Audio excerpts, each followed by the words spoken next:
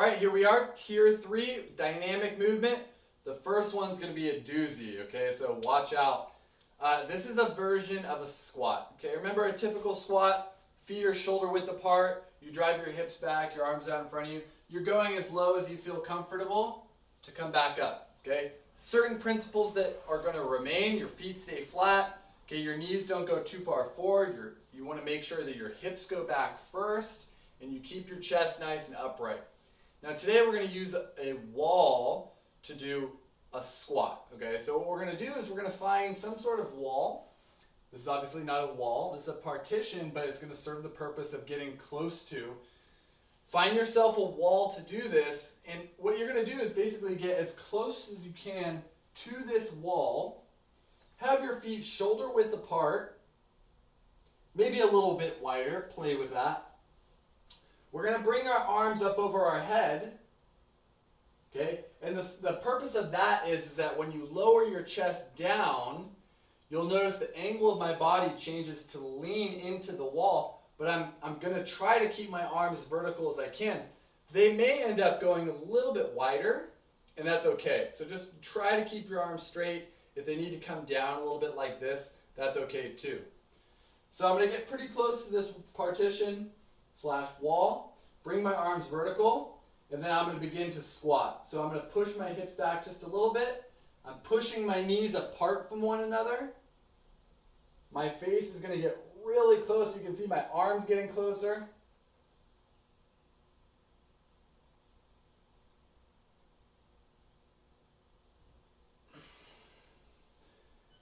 Once I go as low as I can, I obviously come back up. Now, the further away from the wall you are, the lower you will be able to go.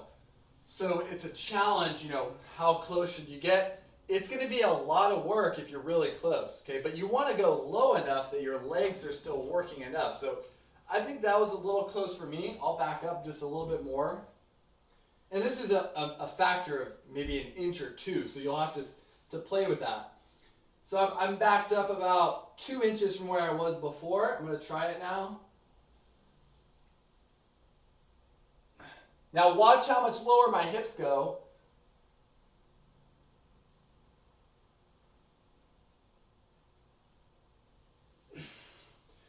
And the entire time I'm doing that, I'm feeling like I'm going to fall backwards.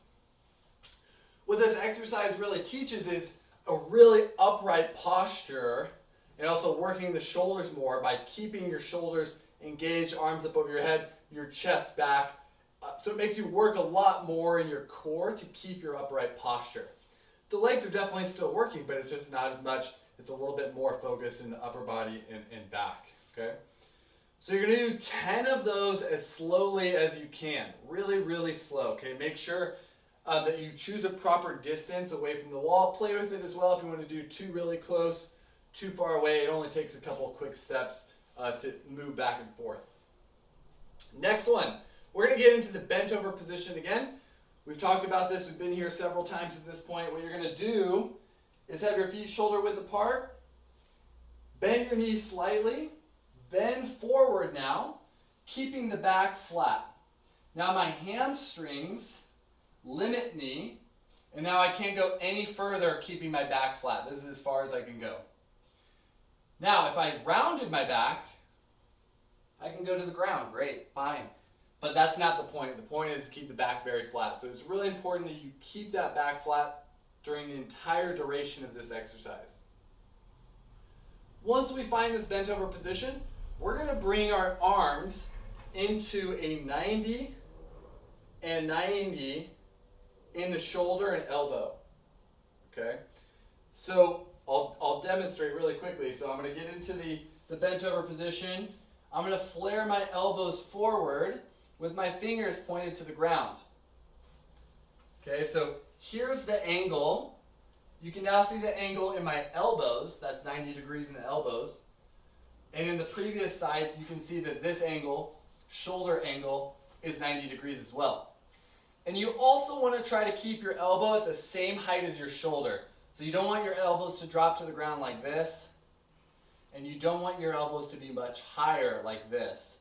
So right here, where my upper arm here is parallel with the ground. kind of a lot of angles there, right? So these things are going to change. You're going to get tired. Things are going to shift. That's okay. Remind yourself. Go back and rewatch the video if you need to. So, bent over position.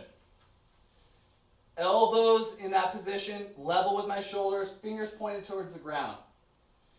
Okay, my back is flat. My knees are still slightly bent in that position.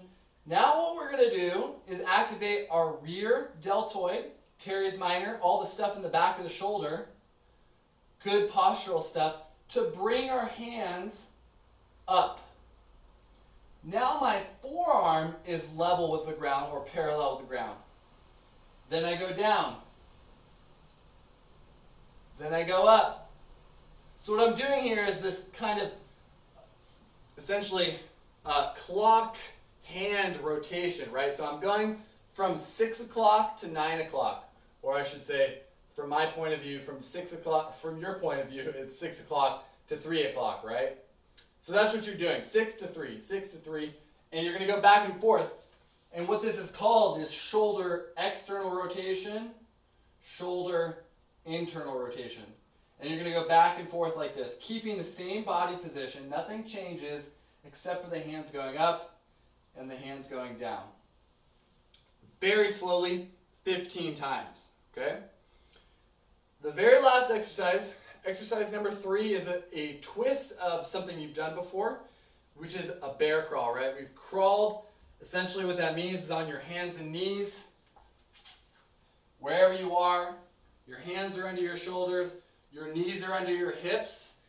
Then you take your knees off the ground and you crawl, stepping opposite arm and opposite foot at the same time. Today, we're going to crawl with a toy. So here I have a kombucha bottle filled with soap. Okay? It probably weighs 7 pounds. Okay? It's not too much. I also have a kettlebell there that weighs like 15 pounds. Okay? So I'll show you how we can play with different things as we go along. You could play with a ball, you could play with a dumbbell, lots of different ways to do this. So I'll show you. I'm going to place the bottle down like this. I'm going to lift my knees to get into position, and I'm going to roll that bottle. Obviously, it doesn't take much, but it does take focus. And we're just playing. We're playing with it. Okay, we're making the crawling a little bit more interesting. I can go this way where I step it, switching hands as I do that, very slowly.